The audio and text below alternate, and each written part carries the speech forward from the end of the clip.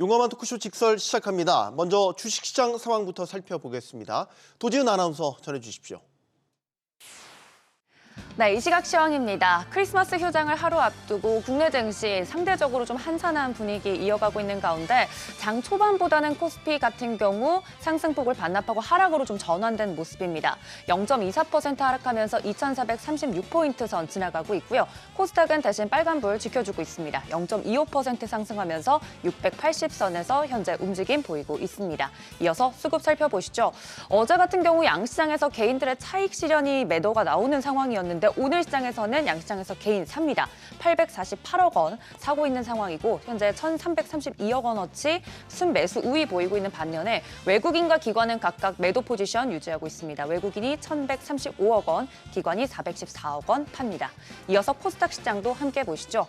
코스피 시장에서는 외국인과 기관이 함께 팔았는데 코스닥 시장에서는 외국인만 팔고 있는 상황입니다. 545억 원 현재 팔고 있는 상황이고요. 말씀드렸던 것처럼 계속해서 고환율 상황이 이어지고 있기 때문에 양시장에서 외국인이 들어오기 좀 부담스러운 상황입니다. 이어서 시가총액 상위 종목들 살펴보도록 하겠습니다. 장 초반부터 그래도 시장 흐름을 좀 이끌어줬던 쪽이 바로 반도체입니다. 삼성전자가 0.56% 상승하면서 53,800원 선 지나가고 있고요. SK하이닉스는 현재 상승폭을 거의 다 반납했습니다. 보합권에서 움직이면서 16만 9,700원 선, 17만 원 선을 좀 깨고 내려온 모습입니다. 그래도 상승부를 계속 유지해주려고 노력하고 있는 상황이고요.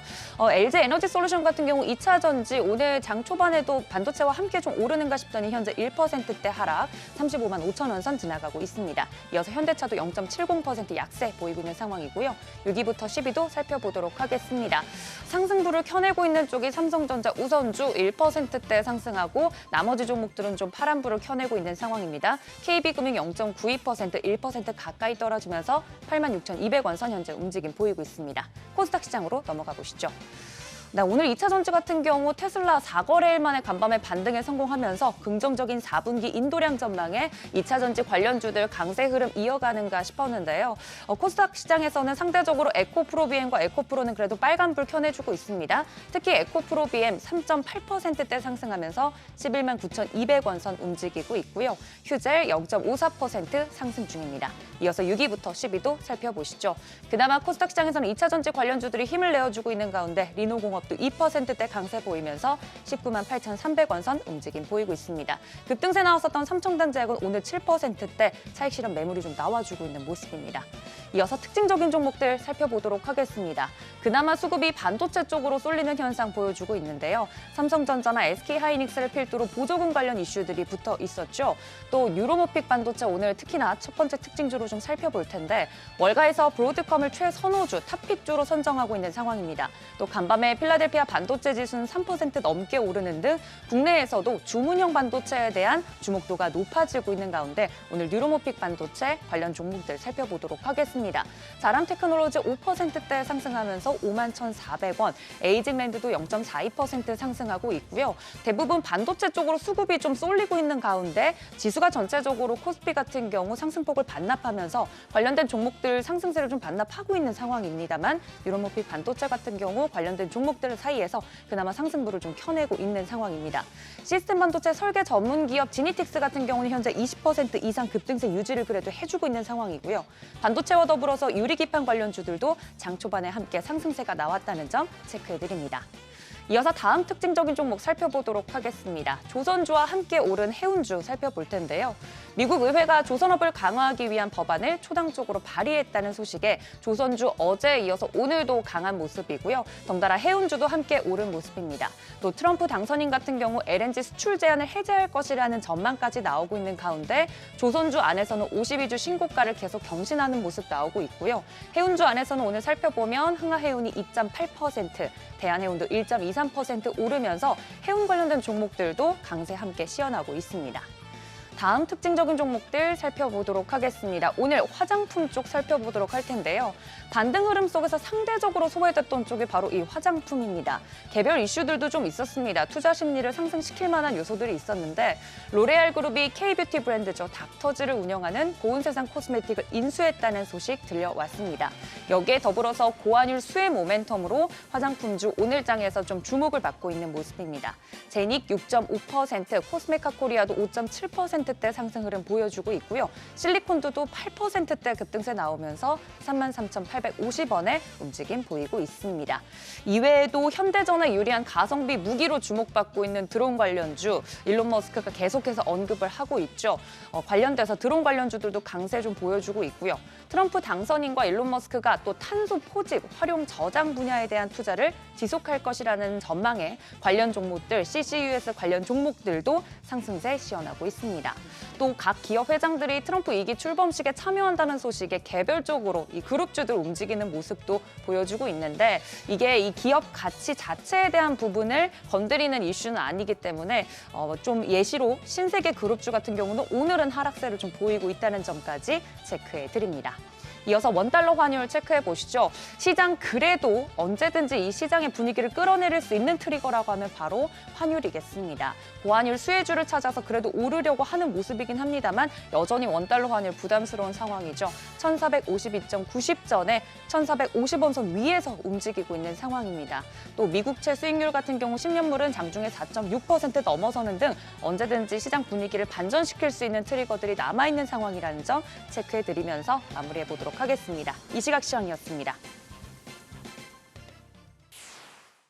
네, 시장의 다양한 이슈들을 계속해서 풀어보도록 하겠습니다. 시장 따라잡기로 이어갑니다. 오늘은 염정 IM증권 여의도 WM센터 차장 모시고 이야기 나눠보죠. 안녕하십니까? 네, 안녕하세요.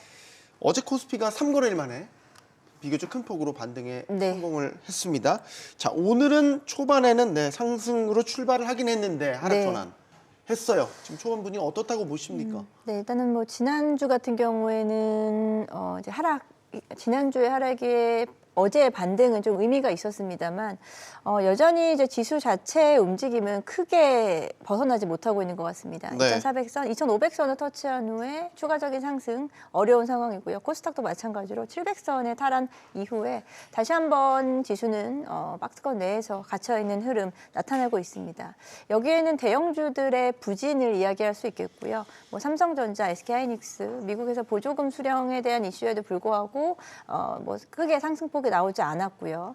그리고 뭐 금융주들이라든지 그리고 자동차 업종, 2차 전지 섹터, 그리고 최근엔 제약바이오까지도 대형주 중심의 흐름은 조금은 다소 부진한 상태 속에서 중소형주라든지 그간 낙폭과대 섹터 쪽으로의 수급 이동만 좀 있을 뿐 시장 자체는 아직까지도 좀 전반적으로는 그렇게 뭐 지수면에서는 그렇게 좀 좋지 못하다라고 말씀드리겠습니다. 네.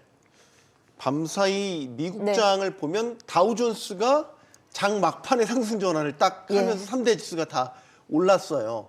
이렇게 되면 뭐 기대만큼은 아닐 수도 있겠지만 미국에서는 산타랠리의 조짐을 보인다. 우리는 어떤가? 우린 물 건너간 겁니까? 어떻습니까? 뭐 이미 뭐 오늘이 크리스마스 이브네요. 그러네요. 예. 네. 이제 오늘을 포함해서 이제 4거래일 올해 남았습니다.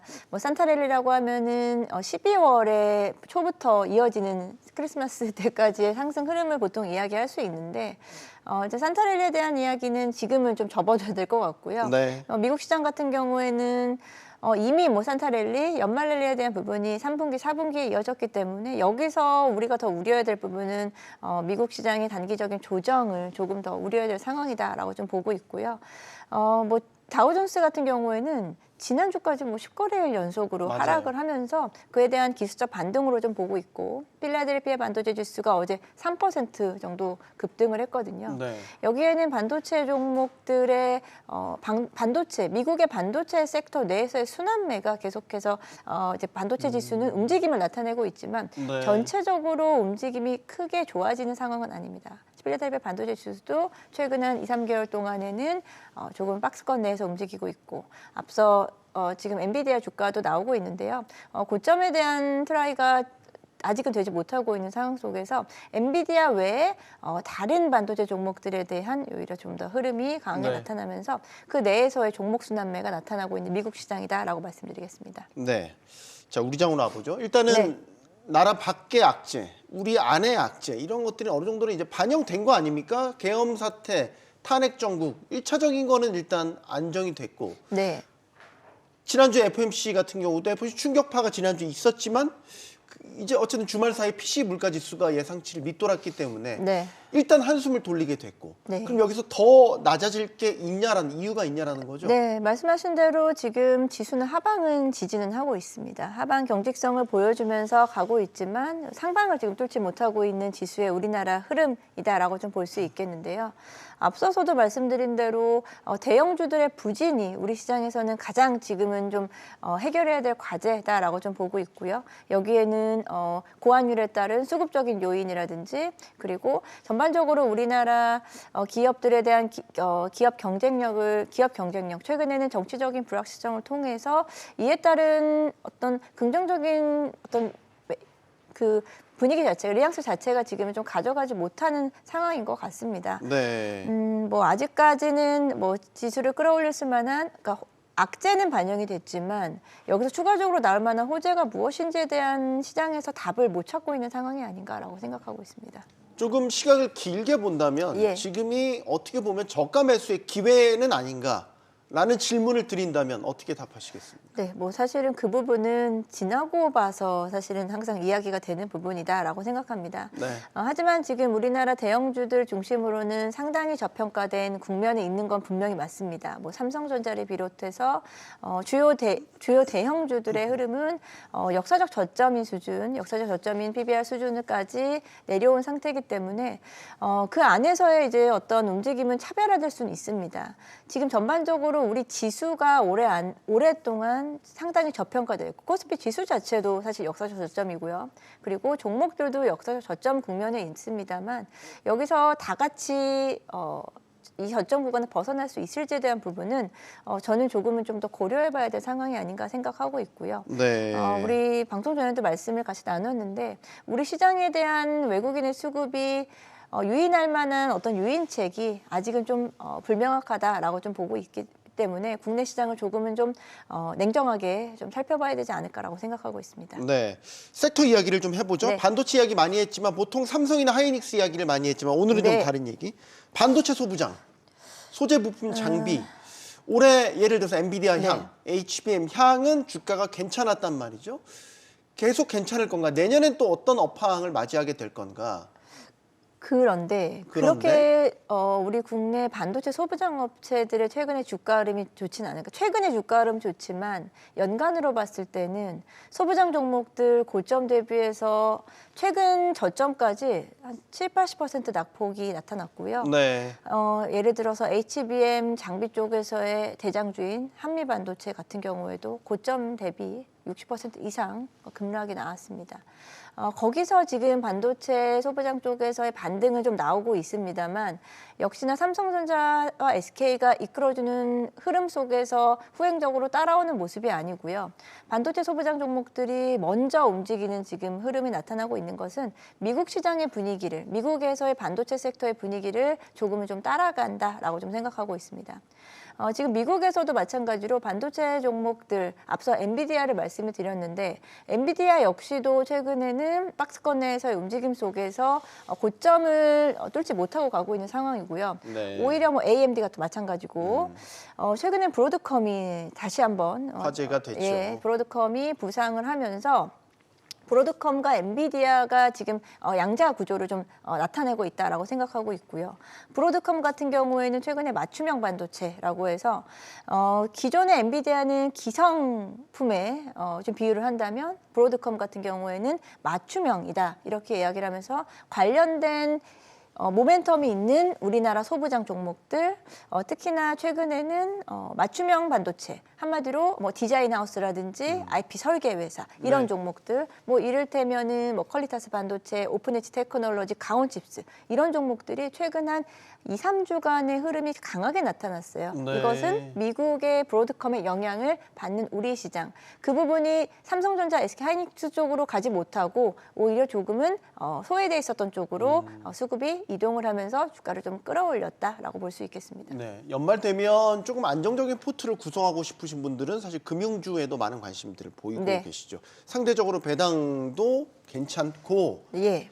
연말 요즘에 또 금융주들 뭐 은행을 중심으로 해서 예대 마진도 계속해서 사상 최고, 실적도 괜찮고 금융주들이 또 관심을 받을 시기가 돼서 금융주는 어떻게 보시는지 질문드립니다. 일단은 금융주들의 최근 흐름을 보면 가장 대표적으로 KB금융을 줄 수 있겠죠. 밸류업에도 포함이 됐죠. 예, 그리고 네. KB금융 같은 경우가 아무래도 시총이 가장 높기 때문에 금융주를 이야기할 때 KB금융을 일단 대표로 말씀을 좀 드리면 12월 들어서 오히려 고점 대비해서 한 15% 정도 주가는 좀 하락해 있는 상태입니다. 네. 예, 조금씩 이제 뭐 저가에서 뭐 단기 저가에서 매수가 들어오긴 합니다만은 아직까지는 금융주에 대한 본격적인 다시 한번 수급이 돌림은 나타나지 않고 있고요. 배당 말씀을 하셨는데 네. KB금융도 이번에 연말 배당에서 내년 연초 배당으로 배당기를 변경을 했습니다. 네. 현대차도 마찬가지고. 그래서 여기서 염두에 두실 부분은 내가 배당으로 지금 이번 연말까지 주식을 매수하셔서 이번 연말 배당을 받으셔야겠다고 하신 분들은 기업별로, 종목별로 배당 기준들이 지금 달라지고 있거든요. 네. 그런 부분을 정확히 체크를 하셔야 되겠고요.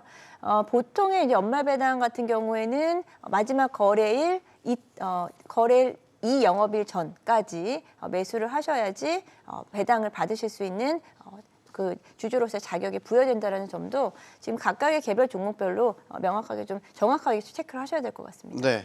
반도체 소부장, 금융주 다 짚어봤는데 주가가 신통치 않다라는 공통점이 있는 거고 네. 다 이럴 건가? 지금 환율 높잖아요. 네.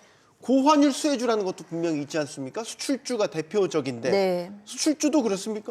네, 우리나라 수출주 대표적인 수출주가 반도체, 반도체. 그리고 자동차. 또 반도체네? 네. 조선주도 그렇죠? 예, 조선 그리고 자동차, 조선. 그 중에서 지금 조선주만이 주가의 섹터의 흐름이 고공행진을 보여주고 있습니다. 어제 같은 경우에도 조선주들, HD 현대그룹주를 중심으로 해서 다시 한 번 더 신고가 나오는 모습을 보여줬고요. 오늘은 살짝 좀 조정, 약보합으로 움직이고 있습니다. 네. 조선주 같은 경우에는 아무래도 이제 트럼프 효과가 가장 크다라고 할 수 있겠고요. 지금 미국 같은 경우에는 기존에 쇠퇴했던 조선업을 부흥시키기 위해서 우리나라 조선 회사에 한마디로 좀 도움을 요청하는 상황이 된 것 같습니다. 네. 미국의 선박법에 대한 부분에 우리나라 기업의 수주라든지 그리고 이에 대한 인센티브가 늘어날 수 있을 것이라는 긍정적인 전망이 나타나고 있고요.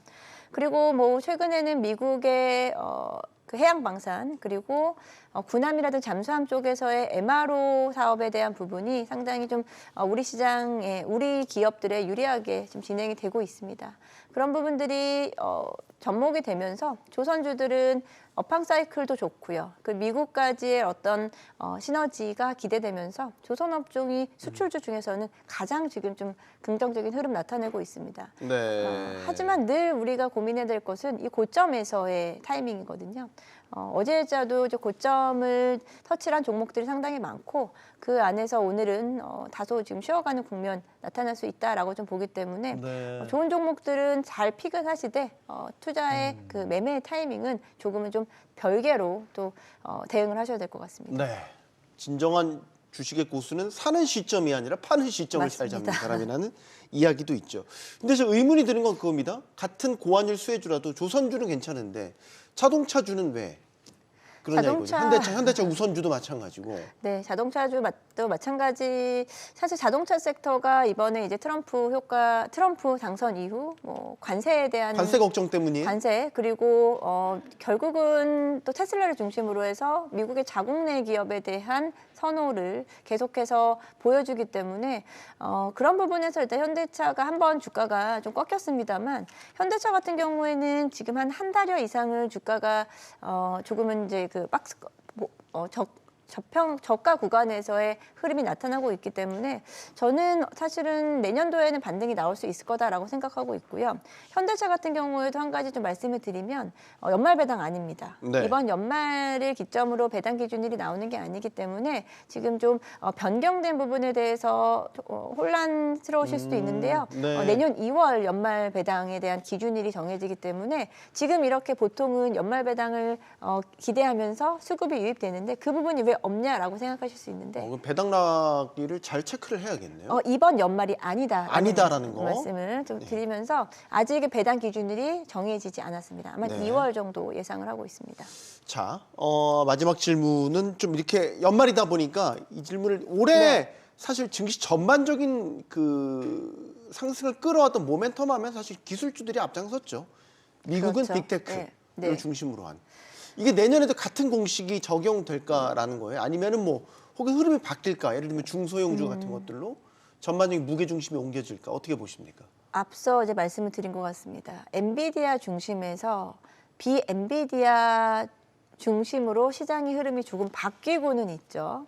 최근에 새로운 반도체 기업들이 오히려 주가 흐름이 더 좋다. 브로드컴이라든지 최근에는 기존의 뭐 레거시 반도체 쪽보다는 AI 반도체 쪽에서의 소프트웨어 종목들 그리고 소프트웨어 AI 그리고 맞춤형 AI 쪽으로 기존의 어떤 엔비디아 중심으로 흘러갔던 시장은 분명히 이동을 하고 있고요. 그 안에서 역시나 기술주가 미국 시장을 주도하고 있는 건 맞습니다. 그런 분위기 속에서 우리나라의 시장 자체도 우리나라 반도체 시장 자체도 그 흐름을 좀 타고는 있는데 네. 워낙에 종목들이 좀 이제 중소형 종목들 중심이라든지 조금은 미국 종목들과의 좀 연계성이 좀 적은 종목들이 움직이다 보니까 이 부분이 전체적인 시장을 끌만한 힘은 없고요. 개별적인 모멘텀으로 개별적인 종목의 흐름으로 이어가고 있는 것 같습니다. 네.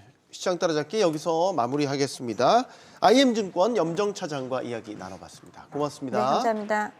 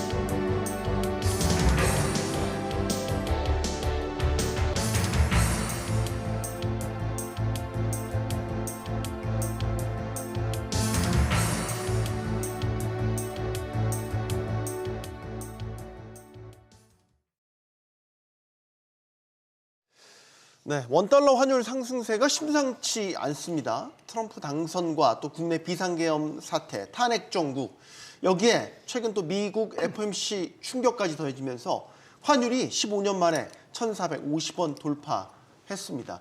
그뿐만 아니라 내년 1%대 성장률을 기록할 것이라는 전망까지 나오면서 원화 가치가 내려가고 있어요. 우리 기업들은 내수 부진 속에서 이제는 환율이라는 악재까지 만나게 된 셈이죠. 자칫 한국 경제가 저성장이라는 깊은 수렁에 빠질 수 있다. 이런 위기감 커지고 있습니다.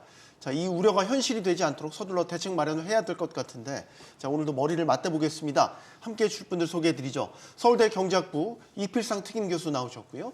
상명대 경제학부 이동진 교수, 또 가톨릭대 경제학과 허인 교수 나오셨습니다. 어서 나오십시오. 안녕하세요. 용감한 토크쇼 직설은 SBS 비즈 뉴스 앱과 유튜브에서 실시간으로 시청이 가능합니다. SBS 비즈 앱을 다운로드 받아서 시청하시면 더 많은 정보와 뉴스를 보실 수 있겠습니다. 자, 원달러 환율 이야기 바로 들어가 보겠습니다. 환율이 안정이 안 되네요. 이게 일시적인 충격으로 뭐 1,450원 돌파했다. 그럼 이제 그 다음에 충격이 가시면 좀 내려와야 되는데 안 내려옵니다. 네. 1,440원 또 지금 1,450원 이게 넘어섰는데 요즘 환율 상황 어떻게 보시는지 교수님께 먼저 여쭙겠습니다. 예, 요즘 환율 오르는 거 보면요, 저는 마치 전기차에 불이 난 그런 느낌을 받는데요. 되게 물을 뿌려도 아픈 비유네요. 네. 불이 꺼지질 않습니다. 네. 그 환율이 이렇게 오른 이유가 이제 크게 세 가지가 있다고 저는 보는데, 첫 번째 이유는 경제 버팀목인 수출 산업이 위축되면서 달러를 벌어들이는 능력이 지금 떨어지고 있다 하는 것이고요. 두 번째는 그 트럼프 미 우선주의가 다시 이제 복귀가 되면서 네. 관세 폭탄이 지금 예정돼 있다는 것이고요. 그와 더불어서 세계 각국이 지금 보호무역주의를 지금 쓰고 있습니다. 그다음에 세 번째 이유가 뭐냐면 뜻하지 않게 계엄 사태, 탄핵 정국이 발생하면서 돌발 변수가 나타나면서 환율에 불을 질렀다. 근데 이게 쉽게 가실 것 같지가 않다. 이런 차원에서 계속 오르고 있는 것 같습니다. 지금 우리 외환당국이 가만히 있는 게 아니거든요. 지금 보면은 일정 부분 이상 환율이 올라가면 뭔가 개입이 되는 것 같아요. 그래서 좀 내려갔다가 다시 또 올라가고. 말씀하신 대로 전기차 배터리에 불이 나면 한번 잘 안 꺼지는 것처럼 지금 쉽사리 진정이 안 되고 있어요, 교수님? 예, 그 원래 환율이라는 게 좀 그렇습니다. 우리 혹시 작년 이맘때 우리 환율 얼마였던지 기억하세요? 1,200원. 가만히 피디님 환율 작년 거 좀 볼 수 있을까? 1,200원대였어요. 1200 후반대. 예, 네. 그 당시 주요 기관들이 전망도 1,200원대로 전망을 했었어요. 어느 누구도 이제 1,400원대 중반까지 갈 거라고는 그 당시에는 뭐 꿈에도 생각하지 못했던 수치죠. 그만큼 이제 환율은 이제 진짜로 어렵습니다. 판단하기가. 근데 이제 지금 우리 환율을 평가하려면은 이제 이게 이제 달러가 가치가 상승하는 요인하고 그다음 원화 하락 요인을 좀 구분해야 되는데요. 이제 달러 가치는 그냥 달러가 세진 거고 지금은 트럼프 트레이드 때문에 원화 가치는 다른 데는 가만히 있는데 우리만 이제 하락을 한 건데요. 지금 보니까 우리 그 원달러 환율이 12월 들어서 한 4% 정도 올라간 것 같더라고요. 네, 달러 인덱스가 한 2.3% 정도 올랐습니다. 그러면 이제 한 1.7% 정도가 이제 우리가 달러 강세가 아니라 원화 약세 요인으로 이렇게 돼서 지금은 달러 강세 요인하고 원화 약세 요인 두 개가 이제 혼재돼 있는 그런 상황이라고 볼 수 있는데 아까 이제 교수님께서 말씀하신 뭐 수출 요인이라든지 이제 그 계엄 요 요인이 아마 원화 약세 요인으로 작용할 것 같고요. 지금 IB들이 내년 그 달러 전망을 보면은 네. 상반기 초반에는 조금 이제 그 조정이 조금 됐는데 전반적으로 연 전체로 보면은 현재 수준의 그 강달러가 지속될 것으로 그 보통 그렇게 전망을 합니다. 이제 위아래로 나누기가 어려워서 아무튼 그렇게 판단을 하고 있으면은 네. 이제 문제는 이제 원화 요인이 될 텐데요. 원화 요인 측면에서는 아까처럼 계엄 요인이라든지 수출 요인 그리고 내년 성장률 요인 요게 어떻게 되느냐에 따라 가지고 요 부분이 얼마나 크게 바뀔지를 알 수 있겠죠. 네. 지금 이제 어쨌든 환율이란 건 통화 대 통화의 교환 가치, 교환 비율이잖아요. 예. 그러니까 지금 우리 원화 가치가 워낙 떨어져서 환율이 올라가는 걸 수도 있고 아니면 달러 자체가 워낙 강해서 환율이 올라가는 걸 수도 있고 두 개가 동시에 나타날 수도 있고 지금 상황은요? 허 교수님. 지금 상황은 아무래도 이제 미국 달러가 강해진 것이 이제 가장 큰 원인이지 않을까. 조금 최근에 뭐 한 일주일 정도 뭐 이렇게 보시면요. 예, 그게 이제 미국의 채권 금리가 이제 계속 올라가고 있고요. 예, 트럼프 정책에 따라서 어떤 식으로 지출이 될지 모르기 때문에 미국의 채권 시장이 이제 불안해지고 있습니다. 그러면은 미국의 금리 상승이 이제 보여지고 있고 그리고 연준이 뭐 내년도에 금리 인하 폭을 생각보다 천천히 내릴 것 같다라는 이제 뭐 시장의 판단 그리고 파웰의 발언 뭐 이런 것들 때문에 달러 강세가 지금 이렇게 계속되고 있는 상황이거든요. 네.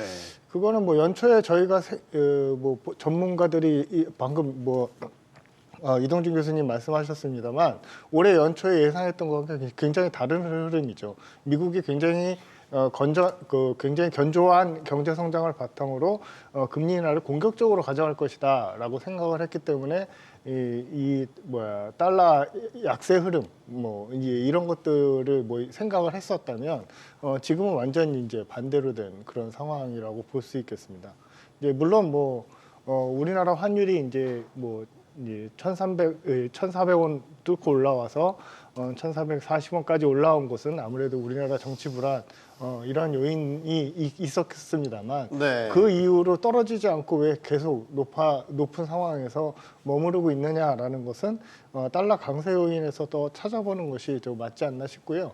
그리고 이게 참 해결이 어려운 게 우리나라 통화 정책이 미국이 그럼 금리를 적게 내린다면 우리가 이제 금리 인하 속도를 늦춘다든가 뭐 이런 뭐 발맞춰 가면 이제 될 것인데 이 우리나라 경제 상황이 녹록지 않기 때문에 내수 불안 굉장히 심각한 문제, 심각한 상황이고 그렇기 때문에 통화 정책이 이제 강력하게 이제 통화 완화로 이렇게 가야 함에도 불구하고 이제 못 가고 있는 상황이잖아요.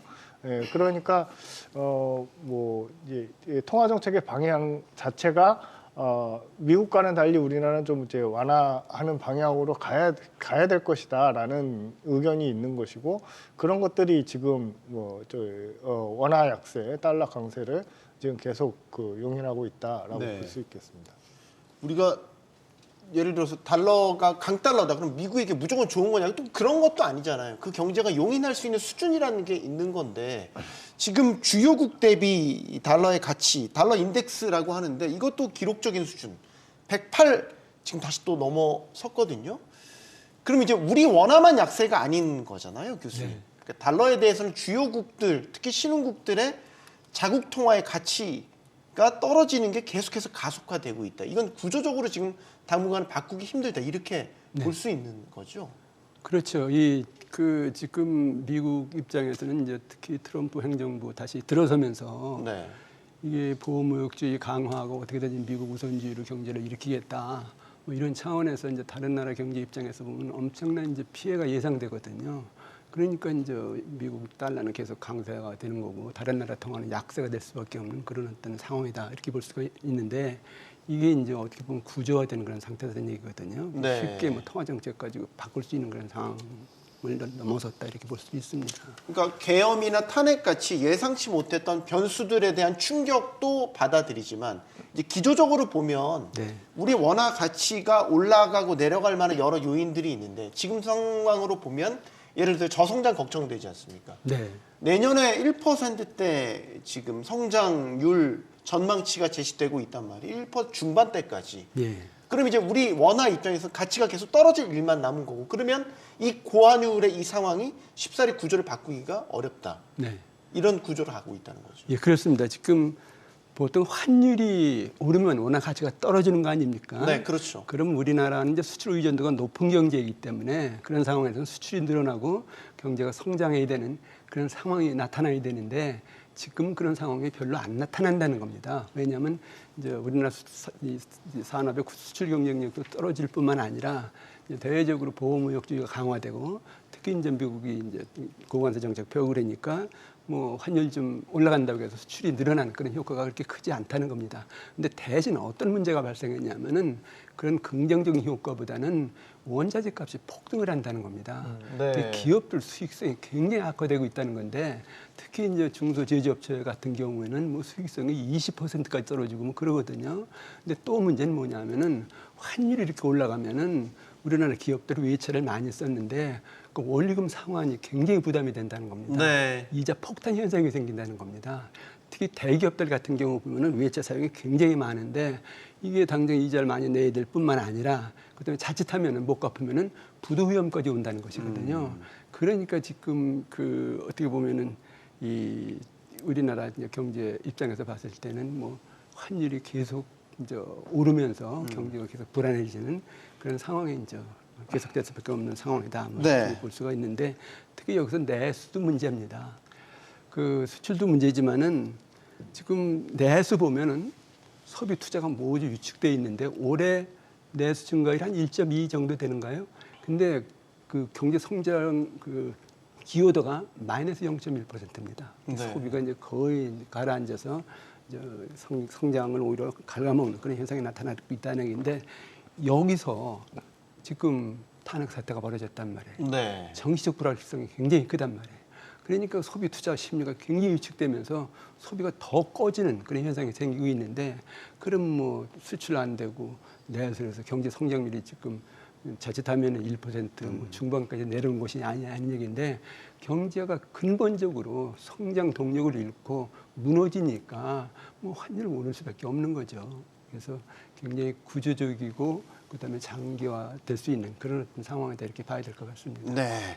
이창용 한국은행 총재가 내년도 우리나라 경제 성장률에 죄송합니다. 올해 경제 성장률에 대해서 2.2를 지금 목표치로 제시하고 있는데 2.1로 떨어질 가능성이 굉장히 높다라는 이야기를 공식석상에서 했네요. 이거는 4분기 계엄 탄핵 충격 네. 여파다 이렇게 볼 수 있겠군요. 그렇습니다. 예, 충분히 이제 아까 지금 그 화면에 나오던데 소비 심리 지수가 지금 외환위기 이후 가장 낮은 수준으로 떨어졌다고 지금 나오고 있잖아요. 네. 예, 그래서 아마도 지금 12월에 내수 위축은 아마 생각보다 굉장히 크게 나타날 가능성이 지금 높다고 봐야 그러면 될것 4분기 내년까지 이어진다고 보면 1%대 성장이 최악의 상황에는 고착화된다. 다시 반등하기가 힘들어진다라고 본다면 환율에 이걸 적용해 본다면 우리가 지금 환율 1,400원 수준, 예. 아까 올해 전망 아까 작년 말에 1,200원대였다고요. 예. 그때의 환율로 돌아가는 거는 어려울 것 같다. 뭐 냉정하게 이렇게 판단해야 되는 거예요? 그렇습니다. 아마 올해 상황을 보면은 내년에서 좀 가늠할 수 있을 것 같은데요. 올해 이제 아까 계속 이제 말씀하신 것처럼 이제 달러가 강해지는 부분이 있고 원화가 약세가 되는 부분이 있지 않습니까? 네. 올해 보면은 대충 원달러 환율이 한 15% 정도 오른 것 같고요. 우리가 근데 이제 유로나 이제 그 위안화 대비로 하면은 우리가 한 5% 정도 오른 것 같아요. 그래서 지금 전체 우리가 환율이 오른 것 중에서 한 2대 1의 비율 정도로 룰 오브 썸을 하면은 달러 강세 요인과 원화 약세 요인이 한 2대 1 정도로 된다. 이렇게 판단하면은 대충 룰 오브 썸으로 될 것 같은데요. 그렇게 생각을 한다면은 올해를 생각을 해보면은 올해 경상수지 굉장히 좋았지 않습니까? 이제 네. 반도체 수출 때문에 환율의 변동에 영향을 미치는 게 경상수지하고 포트폴리오 투자인데 경상수지가 이렇게 좋았음에도 불구하고 원화가 한 5% 절하가 됐습니다. 내년에는 경상수지도 안 좋고요. 수출도 올해보다 굉장히 안 좋아집니다. 지금 한국은행이 11월 전망도 1.5로 작년보다 1%포인트 이상 떨어지는데 내수도 안 좋아요. 그러면은 포트폴리오 요인 때문에 환율이 5%가 올해가 떨어졌는데 내년에는 여기다 경상수지 요인도 안 좋아진다. 이러면은 이제 우리는 상당히 환율 쪽에서는 심각한 문제가 생길 수도 있다라는 부분들을 고민을 해야 되고요.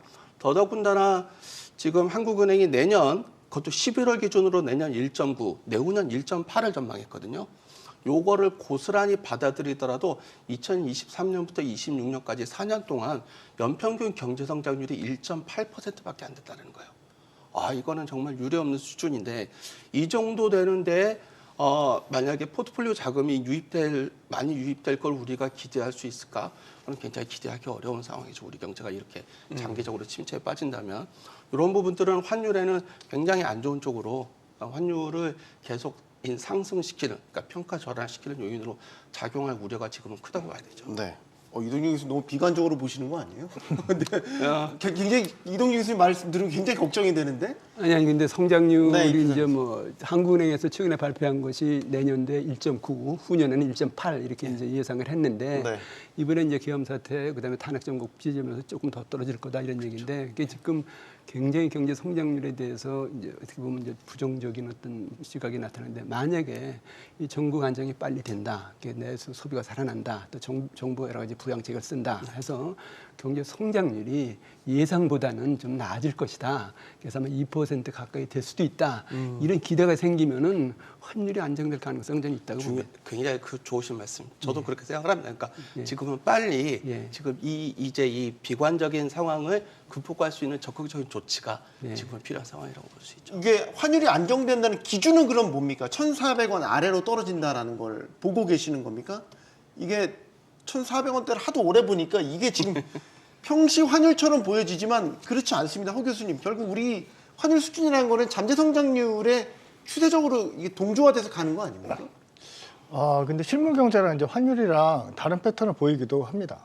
지금과 같은 시기는 특히 더 그렇죠. 그러니까 이제 2011년도에 동일본 대지진 때 생각을 해보시면요, 일본에 굉장히 이제 부정적인 경제 충격이 왔음에도 불구하고 엔화는 굉장히 큰 폭으로 강세를 갔습니다. 네. 그러니까 제가 조금 조심스럽습니다만, 뭐 소수견이라서 조심스럽습니다만, 이제 우리나라가 2014년부터 이제 순채권국으로 전환했거든요.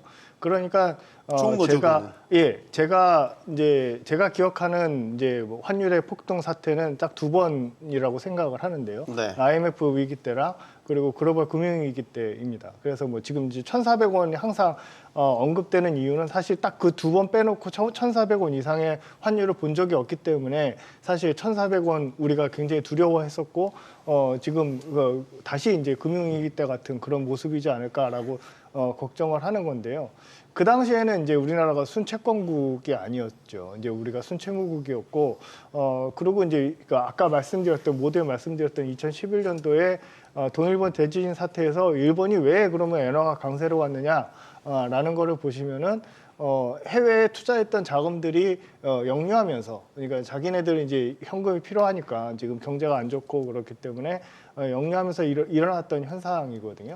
그래서 우리나라가 이제 2014년부터 순채권국이 됐다는 것은 우리가 외환 시장에 이제 조금 이제 불안한 요인이 있다고 그런다면, 아니면 우리나라가 이렇게 투자적으로 별로 그렇게 매력도가 이제 떨어지고 있다 그런다면, 우리가 이제 밖에서 이제 투자 수익을 구하던 그런 자산들을, 해외 자산들을 매도해서 이제 가져올 수 있는 그런 상황이 됐을 수도 있다라는 거죠. 그래서 옛날에 1,400원 올라갔을 때 그 불안감보다는 사실 조금 덜한 거는 사실이지 않을까라고 생각해 볼 수 있습니다. 물론 이게 불안하지 않다라는 말씀을 드리는 것이 아니라, 옛날에는 뭐 이렇게 우리가 순 대외 자산이 없기 때문에 네. 환율이 올라가면 무조건 손실이었는데, 지금은 이제 순 대외 자산이 더 많이 있는 상황이기 때문에 국가 전체적으로 보면 환율이 올라간다고 그래서 그렇게 큰 이제 손실이 아주 국가 경제적으로 큰 폭으로 오는 것이냐라는 거는 조금 더 살펴볼 필요는 있을 것으로 생각을 합니다. 지금 이제 네. 물어보신 게 환율이 안정되면은 1,400원대냐, 뭐 얼마면 그렇죠. 안정되는 우리 거냐. 경제에 딱 적합한 환율 수준이 예. 지금 1,400원대 위에서 계속 움직이니까. 예, 그래서 절대적으로 뭐 얼마다 이렇게 얘기는 어렵습니다만은 일반적으로 수출이 얼만큼 잘 되고 있느냐, 경제 성장률이 얼마나 높으냐, 그거에 따라서 이제 기본적인 환율 수준이 결정된다, 저는 그렇게 보는데, 올해의 경우 연초에 환율이 달러 1,300원대였었거든요. 네. 올해는 수출이 한 8% 증가했어요. 경제 성장률 한 2.2% 될 겁니다. 네. 그러니까 이런 상황에서 1,400원이라면은 내년 것 같은 경우에는 경제 성장률이 뭐 어떻게 빨리 전국 안정화 시키기 위해서 1.8이나 1.9 된다고 치면은, 네. 그리고 수출이 그런 대로 좀 유지를 한다면은 1,400원대 이 정도가 뭐 안정적으로 유지되는 수준이 아니겠느냐, 일단 그런 생각은 듭니다. 그게 뉴노멀이군요. 네. 이제 1,300원대 환율로 내려가기를 바란다는 건 현실적으로 무리가 있다라고. 조금 무리가 있다고 저는 생각이 듭니다. 1,400원대만 그냥 안정적으로 유지가 돼도 뭐 그렇게 큰 어떤 불안과 혼란은 적지 않을까, 이런 생각이 듭니다. 근데 또 이게 우리 경제 주체들도 만약에 이 1,400원대의 환율이라는 게 이제 계속 유지가 되고 고착화되면 여기에도 적응을 하죠.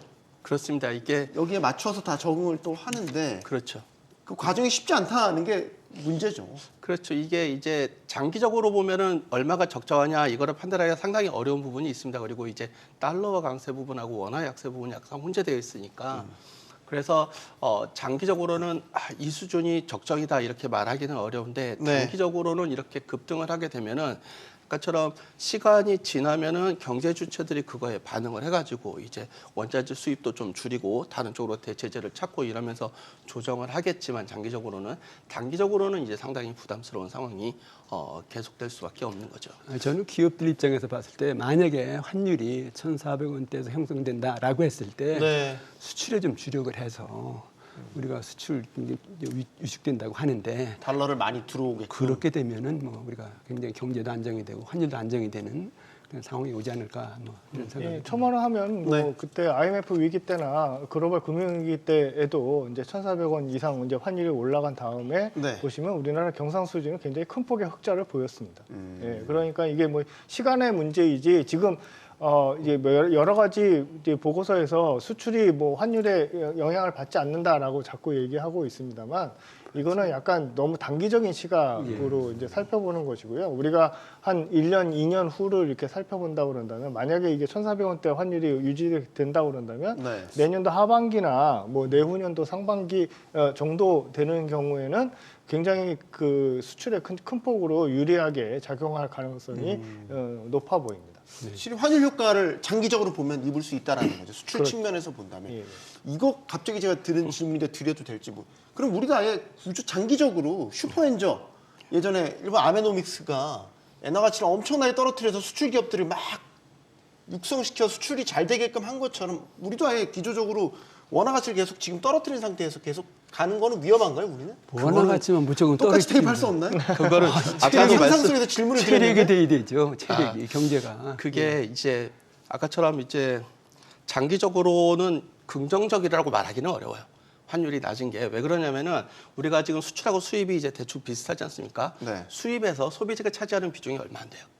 거기다 중간재로 그 차이가 일본은 상당 기간 저물가, 그러니까 마이너스 물가 상태였기 때문에 예. 그게 또 가능하다라는. 예, 그러니까 수입의 보시면 대부분이 이제 중간재이고 그 다음에 우리가 대외거래 그 수출 수입 거래의 80% 정도가 달러 기준으로 거래가 돼요. 네. 그러니까 이제 가격 효과는 여기서는 이제 나타나지 않고 그렇기 때문에 이제 아까 말씀드린 거는 조정은 가능합니다. 그러니까 이제 한 뭐 1, 2년 있으면은 우리가 그거에 대응을 해가지고 안정만 되면은 적응을 할 수는 있는 상황이라고 보여질 수 있을 것 같고요. 네. 단지 단기적으로는 지금으로서는 아까처럼 수출에는 보통 우리가 원화 하락은 조금 수출에 영향이 있다고 보고요. 네. 그다음 달러 강세는 수출에는 거의 영향이 없다라고 봅니다. 왜냐하면은 아까처럼 거래 80% 정도가 달러로 하기 때문에 네. 달러가 강세된다는 거는 그냥 서로 간의 가격이 다 똑같이 변하는 그런 거라 가지고요. 크게 변화가 없다라고 하기 때문에 지금 달러 상승은 아마 수출에는 그렇게 저는 이제 그렇게 큰 영향은 지금은 없을 거라고 오히려 지금 아마 그 원자재하고 저기 중간재 가격 하락 때문에 투자 쪽에서는 상당히 크게 하락할 가능성이 높습니다. 이거는 어떻습니까? 저희가 외환보유고가 이럴 때 쓰잖아요. 이제 일단 외환 시장에 달러를 풀어서 일단 막 지금 뛰고 있는 환율을 진정시키는 이런 거. 더 적극적으로 하면 안 됩니까? 4천억 달러 자꾸 저희가 마지노선처럼 얘기하는데 이런 위기 상황에서 발등에 불을 꺼야 되는 상황에서는 4천억 달러 마지노선 자꾸 이야기하지 말고 그냥 예, 조금, 죄송한 속된 표현을 화끈하게 써서 환율을 확 떨어뜨리는 건 어떻습니까? 조금 적극적으로 그 외환 시장 안정 정책을 펼 필요는 저는 있다고 생각합니다. 지금 돌발 사태거든요. 네. 그러니까 이런 상태에서는 조금 자극적으로 좀 강력한 정책, 안정화 정책을 펼 필요가 있다 생각이 드는데, 근데 이거 외환 보유가 4천억 달러 이거 무너지면 큰일이다 이런 어떤 위기감은 꼭 가질 필요는 저는 없다고 보고요. 네. 근데 어쨌든 간에 지금 우리 경제가 전반적으로 성장 동력이 위축되며 수출 경쟁력이 떨어지면서 그 외환 보유액이 계속 줄어드는 추세입니다. 2021년 12월에 우리나라 외환 보유액이 4,600억 달러가 넘었거든요. 네. 근데 올해 11월 현재 4,100억 달러, 그래서 한 500억 달러, 그러니까 그렇죠. 500억 달러는 줄었는데 매년 한 160억 달러씩 줄어들고 있는 거예요.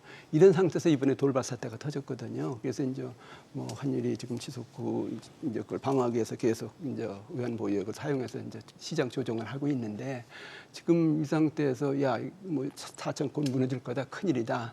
그런 위기 심리를 가지면, 불안 심리를 가지면 오히려 더 이제 그 상황이 악화될 수가 있거든요. 그러니까 뭐 정부 좀 적극적으로 뭐 개입을 해서 일단 이 돌발 사태에서 나타난 환율 불안만큼 좀 진정시키는 네. 그런 적극적인 노력이 지금 필요하다 저는 그렇게 봅니다. 두 분은 어떻게 생각하세요? 그러니까 4천억이라는 기준을 마치 금과 옥조의 기준처럼 마치 절대 사수해야 되는 그런 기준인 건가? 이런 특수한 상황에서는 더 과감하게 집행해가지고 확 환율을 안정시키는 게 오히려 득실 면에서 득이 아닌가라는 생각이 드는데. 외환보유고에 대해서는 이제 글로벌 금융위기 때 생각을 해보시면요, 이제 글로벌 금융위기 때 우리나라가 한 2,600억 정도 이제 시작을 이제 갖고 있었는데 이제 9월달에 2,000억 불을 이제까지 외환 보유액을 써버렸습니다. 네. 그래서 한 2개월 동안 환율이 이제 1,000원에서 한 1,500원대 후반까지 이제 올라가면서 그걸 방어하기 위해서 이제 우리가 600억 달러를 썼는데 그게 결국은 효율적이냐, 효과가 있느냐라는 것이 이제 가장 큰 문제입니다. 그래서 왜냐하면은 1,000원에서 1,590원대, 뭐 1,580원대까지 이제 환율이 올라갈 때 600억 달러 썼다고 말씀드렸잖아요. 올라가는 거를 막은 거는 뭐냐라고 보면 한미 통화 수합입니다. 그러니까 결국은 외환 보유액을 사용해서 이게 큰 흐름을 막을 수는 없다는 거죠. 속도를 조정하라는 거는 가능하지만 우리가 이거를 가지고 뭐 지금 1,450원이 돼 있으니까 내가 이거를 1,400원 밑으로 떨어뜨리게 외환 개입을 하겠다. 그러면 하루는 될 수 있을지 모르겠습니다만 네. 엉뚱하게 이제 외환 보유액만 낭비하는 결과가 나올 수도 있다는 겁니다. 그래서 지금 제 얘기는 속도 조절을 지금 하자는 얘기입니다. 지금 그렇죠. 돌발 근데 사태가 지금 터졌으니까. 이제 MC께서 말씀하시는 거는 지금 확 이제 네, 어느 확 정도 쓰자는 거예요, 제 질문은. 레벨을 낮출 수 있느냐라는 말을 큰 흐름은 막을 수가 없죠. 예. 그래서 이게 4천억 불이 문제가 아니고요. 사실은 그 2천억 불을 사수한 것도 사실은 그 파이낸셜 타임스에서 그러니까 글로벌 금융위기 때 파이낸셜 타임스에서 우리나라 외환 보유액 중에서 2천억 불 이 미만은 유동성이 없다. 이렇게 얘기를 해버려 갖고 2천억으로 떨어지고 나면은 한국의 외환 보유고는 바닥이 나는 것이다라고 이제 보도가 되면서 기재부에서 이거를 그 2천억 불을 사수한 것이거든요. 예, 그런데 지금은 그런 보도는 아니니까 사실은 4천억 불을 사수해야 되는 이유는 딱히 없습니다만 네. 그렇다고 해서 이거를 이제 그 레벨을 낮출 수 있느냐라는 거는 조금 조심스럽게 접근해야 하는 것입니다. 국민연금하고 한국은행하고 통화 수합도 이번에 하더라도 환율 안정 방어 수단 일환인데 그러니까 국민연금 해외 자산 투자할 때 달러 바꿔서 투자하는데 시장에서 바꾸지 말고 한은이 갖고 있는 거랑 바꿔 가서 가져가라. 이건 이제 당장 시장에서 달러 수급을 조절을 어느 정도는 방어해 내겠다라는 이야기겠죠. 효과가 있다고 보십니까? 그런 것들은 이제 그런 것들이 이제 그 현실 가능한 조치들인 거죠. 현실 가능한 조치들인 거고 아까 이제 이제 한국은행이나 정부 입장에서 변동성을 조정할 수는 있지만은요. 환율 수준을 조정을 하게 되면은 지금 우리가 역의 환율도 있고 하니까 네. 그 시장 가격하고 괴리가 생기게 되면은 이거는 이제 해지의 공격 대상이 될 수밖에 없습니다. 현재까지 제가 이제 뭐 한국은행 여러분들 쭉 이제 담당자들하고 이제 면담한 결과로는 얘기해 보셨어요? 네. 예, 아직은 거의 안 썼다고 하더라고요. 아 그래요? 예, 지금 환율봉 안 하고 근데 다만 조금 이제 그게 떨어질 가능성은 있습니다. 왜 그러냐면은 지금 달러 강세 요인이 있기 때문에 우리가 달러만 보유하고 있는 게 아니라 다른 통화들도 보유하고 있는데 그거의 그렇죠. 가치가 이제 하락하는 부분들이 있고 실제로 그 환율의 수준에 영향을 주는 거는 외환 보유고를 통한 것보다는 금리 쪽이 훨씬 더 확실한 거죠. 그래서 네. 오히려 환율과 관련된 고민은 외환 보유고로 할 것인가가 문제가 아니라 지금의 환율을 적극적인 고려 대상으로 삼아서 금리 수준을 어떻게 할 것인가가 이제 어떻게 보면 더 큰 고민이 될 수 있을 것 같습니다. 네. 어떤 측면에서 보면 그렇게 얘기하시는 분들도 있어요. 환율 몇십 원 오르는 게 뭐 그렇게 대수라고 호들갑이냐 생각하실 수 있는데 그게 괜한 호들갑이 아닙니다. 환율 몇십 원 오르면요. 기업들이 그냥 앉아서 그 외화 부채 평가액이 확 늘어나게 되고요. 달러로 내야 되는 이자도 확 늘고요. 그럼 영업이익 줄죠. 그럼 투자도 인색해지고 고용도 덜하게 되고 이게 실물 경제 2차, 3차 파장이 커지. 그래서 지금 환율 몇십 원 오르는 것 때문에 우리가 지금 이렇게 네. 토론하는 거 아니겠습니까, 교수님? 예, 그래서 환율이 오르는라기보다는 이제 안정만 시키는 게 아주 중요하다는 겁니다. 지금은 변동성도 크죠. 변동성이 굉장히 큽니다. 그리고 네. 굉장히 많이 오를 거다라는 불안심이 굉장히 크고요. 그래서 그걸 이제 가라앉히는 것이 굉장히 중요하다 이렇게 보는데 이게 의외로 우리나라 경제가 대의존도가 높기 때문에 환율에 대한 어떤 영향력이 굉장히 큽니다. 지금 말씀하신 대로 뭐 수출이 늘어나는 것이 아닌데 그건 안 늘어나고 이제 원자재 값만 들어서 오히려 기업 수지가 악화된다든가 또 빚을 많이 써서 오히려 빚 폭탄을 만든다든가 그래서 지금 환율이 우리 경제에 미친 영향이 아주 큰 상황이다. 그래서 어떻게든 빨리 안정화시켜야 되겠다. 뭐 그런 얘기거든요. 그래서 어쨌든 간에 지금 환율 상승은 굉장히 이제 문제가 있는 건 확실합니다. 네. 이게 허 교수님, 만약 환율이 1,450원에서 1,500원 사이, 이건 대기업도 좀 감내하기 힘든 수준의 환율이라고 봐야 되나요? 그러니까 예, 저도 뭐 옛날 사람이 되나서 뭐 옛날 생각이 자꾸 나는데요. 네. 예, 900원에서 이제 1,000원 올라왔을 때 이제 글로벌 금융위기 때 이제 2008년도에 900원에서 1,000원 올라왔을 때 그때 키코 사태가 났습니다. 아, 키코 네. 오랜만에 듣는데요. 예, 그래서 그때 이제 키코에 거래했던 이제 기업들이 이제 부도나기 시작했거든요. 맞아요. 그러니까 얼마 10원 오른 거 가지고 이제 그런 일이 일어났습니다. 물론 뭐 그 전에 2008년도 이전에는 하루에 1원 움직이는 것도 굉장히 힘든 그러한 외환 시장이었고 굉장히 안정적인 시장이었습니다만 그렇기 때문에 뭐 10원 올라간다는 게 굉장히 큰 이벤트였거든요.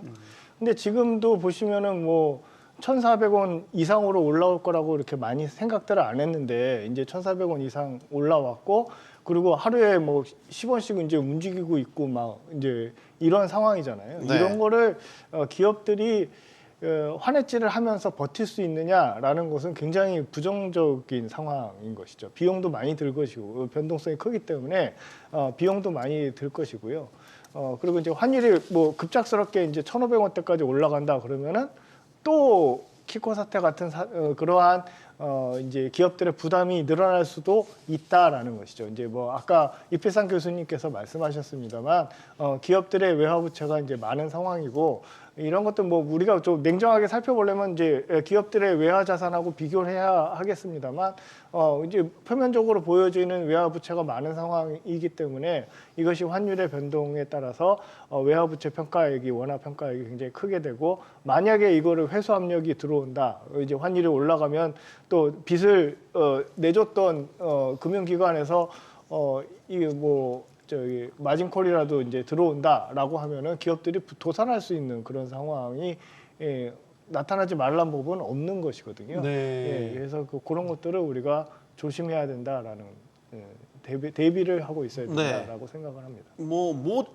대기업 같은 경우는 환율이 10% 원달러 환율 10% 오르면 영업이익이 2천억 감소한다. 뭐 그런 계산도 나오더라고요. 그만큼 이 환율에 민감하게 대응할 수밖에 없는 게 기업들이고 그나마 대기업은 보험도 들고 뭐 해치 상품도 들고 하는데 중소기업은 사실 그런 것도 없잖아요. 그래서 심각할 수밖에 없죠. 아까 그만 화면에 이제 2024년, 2025년 이제 만기 이렇게 지금 나오고 있는데 네. 그 올 3분기 기준으로 이제 그 비금융 민간 기업의 그 대외 채무 순대외 채무가 이제 1,400억인데 단기 순대외 채무는 3,300억 불이에요. 아, 단기가 예, 많네요. 장기는 오히려 채권 그 보유고요. 단기가 지금 3,300억이니까 이게 환해지가 한때 이제 환해지가 굉장히 보편화되었다가 지금 제가 데이터로는 못 봤는데 작년 초에 이제 제가 막 연구할 때는 그 비율이 좀 많이 줄었어요. 우리가 해치를 하는. 그러니까 이제는 이제 주식 쪽 그러니까 그 이제 고정금리 쪽에서만 이제 해치를 좀 많이 했는데 지금 얼마나 이제 해치가 될 수 있을지 모르겠는데 아마 말씀하신 대로 대기업들은 그 비용을 부담을 하겠지만 중소기업 입장에서는 해치 비용이 꽤 되거든요. 네. 그래서 아마 그거 비용 부담도 좀 안 됐을 것 같은데 이게 지금으로서는 한동안은 이렇게 되면은 상당히 큰 부담으로 작용할 수밖에 없을 것 같아요. 알겠습니다. 환율 얘기 잠시 접어두겠습니다. 수출 얘기로 들어가 보겠습니다. 뭐 수출 환율 다 연결되는 얘기지만 수출 자체만 놓고 보면 아까 이필상 교수님 내년에 녹록지 않을 것 같다 수출 환경이 말이죠. 사실 작년에도 수출 환경이 안 좋아서 올해만 반짝 상승을 했었는데 올해 1년짜리 상승으로 끝나고 내년부터 다시 또 둔화되는 흐름으로 갈 것이냐 지금 이렇게 보고 계시는 거죠? 네. 올해 수출 증가율 8.3% 이 정도 되는데 내년 증가율 전망치를 보면은 뭐 금융위원권 같은 데는 0.4%밖에 증가 안 할 것이다. 뭐 산업위원권 같은 데는 2.2% 증가할 것이다. 그래서 올해보다는 훨씬 낮은 어떤 전망치가 지금 나오고 있습니다. 근데 이 우리나라 수출에서 가장 큰 비중을 차지하는 것이 반도체인데요. 전체 수출 한 20% 차지합니다. 그런데 이제 내년에 반도체 경기가 악화되면서 반도체 수출이 굉장히 줄 거라는 겁니다. 반도체 협회에서 내놓은 전망치를 보니까 내년도 반도체 수출이 마이너스 2.9% 감소할 것이다. 그럼 우리나라 수출의 주력 그 산업이 반도체인데 이게 이렇게 이제 무너지니까 전체 수출 증가율이 이제 떨어질 수밖에 없는 구조다 하는 얘기인데 여기에 이제 추가적으로 중국 경제의 불안과 침체 때문에 우리나라 중간재 수출을 많이 하는데 그게 줄어들 것이다. 특히 이제 석유화학 부문 같은 경우는 네. 그럴 것이다. 그럼 미국 우선주의 때문에 자동차 산업도 피해가 나타날 것이다. 이렇게 치면은 반도체, 석유화학, 자동차 다 전망이 안 좋거든요. 그렇게 치면은 내년 수출 올해보다는 굉장히 악화될 것이다. 이런 전망을 피해갈 수는 없는 것 같습니다. 그러면 우리 전체 성장률에서 수출 기여도가 내년엔 더 떨어질 수 있다라는 허 교수님 얘기로 들려요. 네, 마이너스가 될 수도 있는 상황인 거죠. 마이너스까지 염두에 그러니까 두는데요? 수출 기여도로. 기여도 측면에서. 그러니까 올해 좋았기 때문에 이제 내년에 들어서 이제 방금 이패상 교수님이 지적한 대로 우리나라 주력 산업 중에서 세계 산업들이 지금 수출 전망이 안 좋은 상황이고 딱 하나 남은 건 이제 조선업이죠. 조선업은 이제 전망이 조금 괜찮은 것 같습니다. 그러니까 우리나라 산업 구조가 이제 대기업 중심으로 돼 있기 때문에 이렇게 몇몇 산업만 살펴보면 우리나라 경제가 어떻게 돌아가는지 살펴볼 수 있는 그런 상황이고 그런 것 때문에 약간 그 산업들의 부침에 따라서 우리나라 거시경제 전체가 크게 흔들리고 있거든요. 그러니까 재작년도 보시면은 반도체 작년이죠. 작년에 이 반도체 수출이 굉장히 부진하면서 경제 성장률이 1%대까지 떨어졌었고 올해는 그게 회복되니까 2% 올라온다라고 얘기한 것이고 그리고 내년엔 또 그게 안 좋을 것 같으니까 다시 또 1%대로 이제 떨어진다라고 지금 예상하는 것처럼 결국은 이제 우리가 천연자원을 가지고 천연자원의 가격에 따라서 움직이는 경제인 것 같이 반도체 산업의 흥망성쇠에 따라서 우리나라 경제가 굉장히 크게 흔들리고 있다라는 것을 말씀드리고 싶습니다. 네. 그러니까 우리 주력 수출 품목 반도체가 흔들려 버리면 전체 그냥 실적이 다 다운돼 버리는 거니까 너무 한쪽 하나만 잘하는 것도 문제가 있네요. 골고루 잘해야죠. 그렇죠. 더더군다나 반도체 산업에서 너무 아쉬운 게 우리가 지금 올해 반도체 공을 2017년하고 상당히 많이 비교를 하거든요. 네. 글로벌 반도체 매출의 증가폭이 이제 2017년 역대 최대 수준으로 올랐는데 올해 지금 제가 그걸 매년 이제 매달 그거를 모니터링 하는데 올해 반도체 매출의 글로벌 반도체 매출액이 작년보다 2017년보다 좋습니다. 그러니까 오히려 더 좋고 전망으로는 내년도도 그렇게 나빠질 거라고 보지 않고 있어요. 글로벌 반도체. 네. 근데 우리만 이제 여름에 피크를 찍고 떨어지기 시작한 거예요. 왜 우리만? 그게 이제 종목이 달라서 그래요. 메모리 중심이고 메모리 중심인데 우리가 고대형 메모리 쪽을 그쪽이 이제 잘 안 되면서 지금은 이제 가격 격차가 두 개가 굉장히 심한 데다가 저가 메모리 부분에 우리가 이제 삼성이 좀 저가 메모리 쪽에 좀 많이 가 있는데 그건 이제 중국의 가격 경쟁력 창신 메모리 같은 데서 치고 들어온다. 그러니까 이제 그쪽이 굉장히 안 좋아지니까 우리가 실제로는 이번 메모리 시장에는 대응을 제대로 반도체 기업들이 못했다라고 봐야 되는 거고 그게 이제 가장 크게 아쉽고 올해도 반도체를 제외하면 수출이 굉장히 안 좋았어요. 2017년보다 나머지 부분의 수출이 안 좋았는데 내년에는 트럼프가 집권을 하지 않습니까? 네.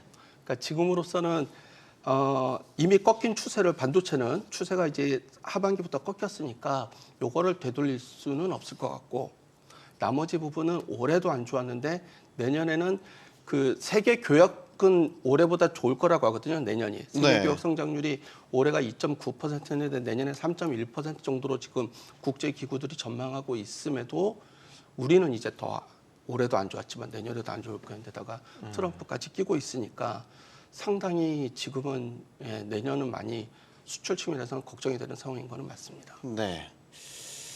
정부가 조만간에 내년도 경제정책 방향을 발표할 예정입니다. 뭐라고 보십니까? 내년도 경제정책의 방향, 어떤 부분에 방점을 찍어야 된다고 보시는지요?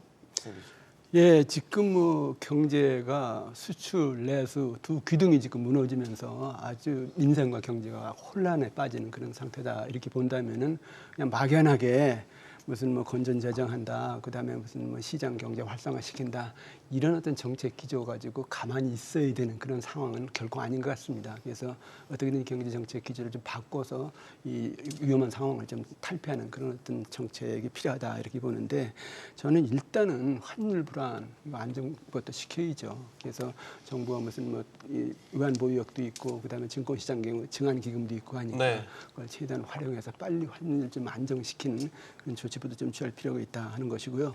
그다음에 재정 정책 지금 뭐 건전 재정 이래 가지고 뭐 어떻게든지 저 불필요한 어떤 비용을 줄이면서 뭐 건전하게 재정을 운영해 나갔다 그러는 건데, 지금 그걸 너무 고집할 수 있는 상황도 아닌 것 같습니다. 네. 너무 지금 취약계층이 불안하고 민생이 어렵다 보니까 좀 재정을 좀 건설적으로 좀 풀어서 좀 확대해서 일단은 좀 지원해주는 그런 정책도 좀 필요할 것 같고요. 근데 무엇보다도 지금 트럼프 리스크 때문에 경제가 지금 엄청난 지금 불안한 상황이거든요. 네. 경제 위기 같은 거 좀 적극적으로 해서 그냥 과거에 그냥 막연한 그런 경제 정책 가지고 있을 것이 아니고 좀 비상적인 어떤 대책을 마련해서 대응해 나가는 그런 어떤 정책 전환이 있어야 될 것 같습니다. 네. 크게 세 가지 방향: 환율, 재정, 트럼프 리스크와 관련된 것에 초점을 맞춰서 내년도 경제 정책 방향 짜야 될 것 같다. 두 분께도 여쭙겠습니다. 허 교수님께 먼저 드릴까요? 예, 김필상 교수님 말씀하신 거에 이제 전적으로 동의하고요. 이제 우선 통화 정책의 방향은 우리가 이 결정하기 굉장히 지금 어려운 상황이라고 생각을 합니다. 이제 환율은 불안하지, 내수는 안 좋지. 그러니까 어떤 방향으로 통화 정책에 가야 된다라는 걸 결정하기 굉장히 어려운 그러한 포지션인 것 같고요. 그리고 2000년대 들어와서 통화 정책이 실물 경제에 그렇게 큰 영향을 줬느냐라는 것을 살펴보시면은 사실 또 그것도 좀 의견이 분분하긴 하겠습니다만 네. 일반적으로 그렇게 크게 실물 경제에 그렇게 크게 영향을 주고 있지 않은 상황이라고 생각이 들고요. 그렇기 때문에 이필상 교수님 말씀하셨던 재정 정책에 대해서 우리가 좀 적극적인 생각을 해야 된다. 그러니까 지금 건전 재정이라고 얘기했습니다만 세수 뻥고 계속 났었고 하니까 지금 우리가 그 내년도 그 예산안에 지금 국회에서도 그렇고 지금 추경 예산 지금 얘기하고 있지 않습니까? 네. 좀 더 적극적으로 우리가 재정 정책을 펼쳐야 할 시점이지 않을까. 경기가 꺾이고 있는 그런 상황이기 때문에요. 그걸 생각해 볼 수 있을 것 같습니다. 네. 이동진 교수. 예, 두 분하고 굉장히 비슷합니다. 이제 두 가지, 저는 이제 내수하고 그다음 트럼프 대응 이 두 가지가 결국은 경제 정책에서 가장 핵심이 될 거라고 보고요. 지금 내수와 관련해서 추가적으로 말씀드리면 이제 건전 재정 문제를 계속 얘기하셨지 않습니까? 네. 지금 건전 재정 측면에서도 정부가 추경을 푸는 게 낫습니다. 우리가 재정 승수라는 표현을 쓰거든요. 그러니까 정부가 1조를 썼을 때 GDP가 얼마나 올라가느냐. 그래서 예를 들어서 재정을 1조를 썼는데 GDP가 별로 안 올라가면은 이제 GDP 대비 정부 부채 비율은 올라가기 위해서 안 좋을 거지만, 재정을 쓴 것보다 훨씬 더 크게 GDP가 올라간다 그러면은 GDP 대비 정부 부채는 오히려 감소할 수도 있거든요. 별로 오르지 않거나. 재정 승수에 대한 연구 결과를 보면 몇 가지 이제 스타일라이즈 팩트들이 있는데, 첫 번째는 뭐냐? 경기가 좋을 때보다는 경기가 안 좋을 때 재정 승수가 커진다. 네. 크게 나타난다. 두 번째, 이제 민간 부채가 높을 때는 재정 정책의 효과가 크다. 재정 승수가 커진다. 이렇게 두 가지가 스타일리스 팩트고요. 그다음에 이제 재정 정책의 세 가지 종류가 있습니다. 이제 하나는 이제 보통 이제 경상 지출이라고 해서 정부가 투자를 하거나 소비를 하는 경우. 그다음에 이전 지출이라고 해서 이제 실업급여 같은 걸로 이제 소득 보전을 해주는 경우. 네. 그다음에 감세, 세 가지가 있는데, 감세의 재정 승수는 경기와 상관없이 항상 안 좋다라는 건 맞는데요. 그 경상 지출하고 이전 지출의 재정 승수는 경기가 안 좋을 때는 굉장히 커집니다. 그 IMF가 아마 14년 워킹 페이퍼에 보면은 재정 승수가 3 이상 올라간다고 해놨어요. 1조 쓰면 3조까지 올라간다는 거죠. 이거 이제 네. 아니고. 그러니까 근데 지금 두 가지는 이전 지출하고 경상 지출은 추경을 써야 되거든요. 그러니까 지금은 추경이 필요한 게 확실한 상황이고, 저는 한시라도 빨리 요거를 해서 내수 부분을 조금 돌려놔야 경제 전반적인 심리가 개선이 되고 이게 결국은 선순환을 만들 수 있을 거라고 봐요. 그러면 지금 최근 이창용 총재가 추경 이야기를 하면서 속도전도 이야기했거든요. 빠를수록 좋다. 네. 그러면 이제 일단은 기본 예산을 통과했으니까 내년 1분기에도 바로 계획 세워서 추경 통과시켜서 집행하는 게 좋겠다. 시기도 좀 빨리 하는 게 좋겠다라고. 그러면요, 이거 뭐 특히 예산안 보면은 감액 예산해가지고 민주당 주도로 4억 1천억 원 깎아가지고 이제 결국 통과시키지 않았습니까? 네. 그 예산 자체가 굉장히 비정상적인 것이거든요. 특히 그 예비비까지 지금 완전히 삭감을 해가지고 뭐 재난 사태, 위기 사태 이것도 대비할 수 없는 그런 예산인데 지금 우리 경제를 올바르게 살리자, 그 다음에 어떻게든 지금 어떤 불안 상황을 극복하자 이런 차원에서 빨리 어떻게 하겠다는 정책 내세우고요. 그게 필요해서 이만큼 추경 필요하다. 미리 빨리 지금부터 준비하라는 겁니다. 그래야 사람들이 예상을 하고 안 돌아갈 게 아닙니까? 그리고 경제가 움직일 게 아닙니까?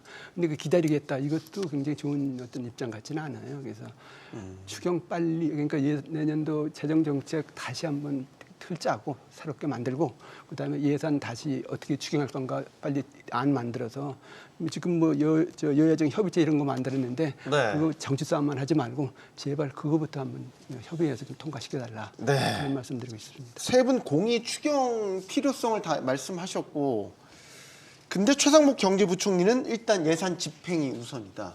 일단 선을 긋는 모습을 보였단 말이죠. 그래서 내년도 경제정책 방향이 어떤 변화가 있을지를 보는 게 더 관전 포인트가 될 것 같기는 합니다. 일단 지금 상황이 그렇다는 말씀을 드리는 거고, 한국은행 이야기를 마지막으로 좀 해보겠습니다. 왜냐하면 기준금리 결정을 어떻게 해야 될지 상황이 묘해졌어요. 일단은 미국에서 네 번 내리겠다라고 약속한 건 아니죠. 네, 예상했다가 2번으로 줄이겠답니다. 그러면 조금 더 적극적으로 인하 카드를 써야 되는 우리 입장에서는 이게 뭐지? 왜 저렇게 나오지라고 생각할 수도 있단 말이죠. 당장이 다음 달인데 이 교수님 어떻게 보십니까? 그러니까 지금은 재정 정책하고 금리 정책 두 가지를 놓고서 비교해 보면은 그 금리 정책은 지금 효과가 좀 의문시되는 부분들이 좀 있어요. 그게 왜 그러냐면은 아까 허인 교수님도 뭐 효과가 생각보다 안 나타났다고 하는데 이게 금리 경로는 시장을 통해서 나타나거든요. 그러니까 대출을 늘리면서 소비를 늘리고 투자를 늘리는 그런 방식인데 네. 지금 만약에 금리를 낮춰서 대출을 늘렸을 때 이게 투자나 소비로 갈 거냐 아니면 부동산 쪽으로 갈 거냐 이 부분이 이제 애매하고 그다음에 대출이 는다는 것 자체가 우리나라는 지금 그 민간 부채가 계속 우리의 발목을 잡고 있습니다. 민간 부채 수준이 너무 높아가지고 이게 결국은 금융 전체 시스템 리스크로 갈 우려가 있어서 계속 이 부분을 주시해야 되는데 부채를 늘리면서 소비를 부양하는 정책이 좋으냐 아니면 직접적으로 지금은 소비나 투자를 부양하는 정책이 좋으냐 이렇게 봤을 때 당연히 후자가 되는 거죠. 그래서 어떻게 보면 지금은 금리의 운용은 저는 효과도 그렇게 클지 의문스럽고 부작용도 지금은 좀 크다고 봐요.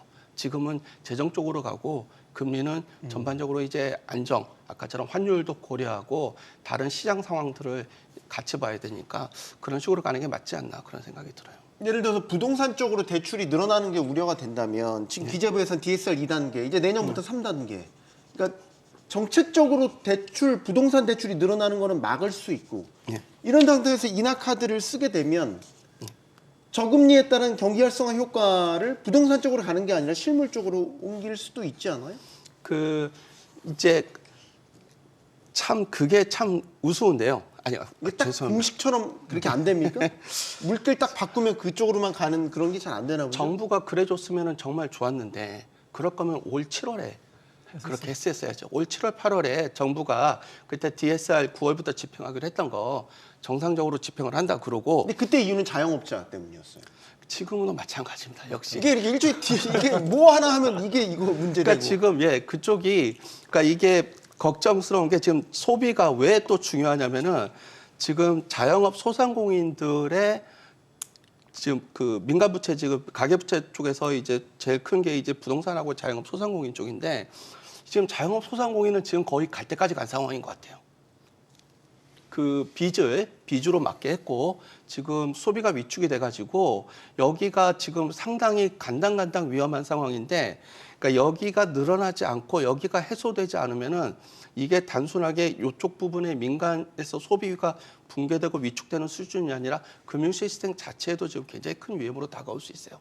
요거를 종합적으로 이제 판단을 해야 되는데 아까처럼 금리 인하가 금리 부담으로는 될 수 있을지 모르겠지만 그게 대출의 증가 경로를 통해서 나타나는 거는 네. 우리가 리스크를 계속 늘리는 거고 훨씬 더 효과적인 방법이 있습니다. 훨씬 더 효과적인 방법은 바로 재정을 지금은 사용하는 방법이에요. 그러니까 그거를 자꾸 늦추면서 자꾸 그 한국은행 보고 하라 그러는 거는 부작용이 걱정되는 정책을 너희들이 먼저 써. 근데 나는 책임지기 싫어. 이렇게 말하는 거랑 거의 똑같은 부분이거든요. 그럼 반대로 이창용 총재는 계속 추경 필요하다고 하니까 그것도 재정 당국을 향해서 얘기하는 건가요? 서로 지금 계속 서로 먼저 움직이라고 얘기하는 건지는 모르겠지만 네. 알겠습니다. 허 교수님도 의견 듣겠습니다. 예, 뭐 이동준 교수님 잘 말씀해 주셔가지고 뭐 제가 뭐 첨언할 게 많이는 없습니다만 우선 뭐 환율도 그렇고 이제 부동산 시장도 그렇고 결국은 우리가 그 통화 정책으로 경기를 부양하기에는 굉장히 불안한 이 부작용이 이제 예상되는 그런 부분이고요. 예, 재정 정책은 뭐 지금 이제 현 정부 들어서 사실은 한 게 별로 없다라고 생각이 들거든요. 빚만 늘어났고 뭐 이제 재정 준칙을 지키는 것도 아니고 뭐 굉장히 어려운 지금 상황에 있었습니다. 그러니까 네. 결국은 재정 정책은 있지 않았었다라고 보는 거죠. 뭔가 경기를 부양할지 안 할지 뭐 이런 것에 대한 판단이 없었는데 지금 뭐 권한대행 체제라고 하더라도 네. 우리가 이제 경제가 안 좋을 것으로 예상이 되니까 어느 정도 아까 이필상 교수님이 얘기했던 어떤 정치적인 화합을 통해서 우리가 민생 경제를 좀 살펴봐야 되는 그런 시점이다라고 말씀을 드리겠습니다. 이필상 교수님 말씀 마지막으로 듣겠습니다. 예, 금리 인하 지금 쉽지 않을 것 같습니다. 왜냐하면 금리 인하에서 경기 침체 활성화시키고요. 그다음에 이 경제 성장을 높이고 지금 상황이 그렇다 해서 금리를 인하한다. 뭐 그런 어떤 추세이긴 합니다만은 지금 당장 발등에 불로 떨어진 것이 환율이 지속되고 있다는 것이거든요. 네. 근데 외국 자본이 나가고 있다는 것이거든요. 금리 내리면 그게 가속화할 가능성이 굉장히 크다는 겁니다. 금리 격차가 벌어지니까요. 예. 그래서 네. 지금 상황에서는 금리를 인하하기는 좀 어려운 상황이고요. 특히 미국도 금리 인하 속도 조절하고 있지 않습니까? 그래서 지금 상황을 봐가면서 뭐 차츰 뭐 인하 기조를 유지하는 게 좋을 것이다 이런 생각이 들고요. 말씀하신 대로 일단은 재정 정책 가지고 어떻게든 좀 경기를 살려내는 그런 네. 정책부터 추진해야 될 것이다 그런 생각이 듭니다. 꼬이대로 꼬여버린 실타래를 어디서부터 풀어야 될지 참 막막하다는 생각도 들긴 하는데요. 어쨌든 지금 계엄과 탄핵 여파로 우리 경제의 발등에 불이 떨어진 상태입니다. 자, 그렇다고 단기적인 대응에만 또 몰입돼 있어서는 안 된다 이런 지적을 하는 전문가들 많습니다. 펀더멘털, 우리 계속 말씀드렸죠. 경제의 체질을 바꾸고 체력을 높이는 이런 구조개혁의 과제들이 참 많습니다. 경제 컨트롤 타워가 필요한 이유가 아닐까 싶습니다. 영화만 토크쇼 직설 마치겠습니다. 여기는 모든 경제가 모이는 SBS 비즈입니다. 시청해주셔서 고맙습니다.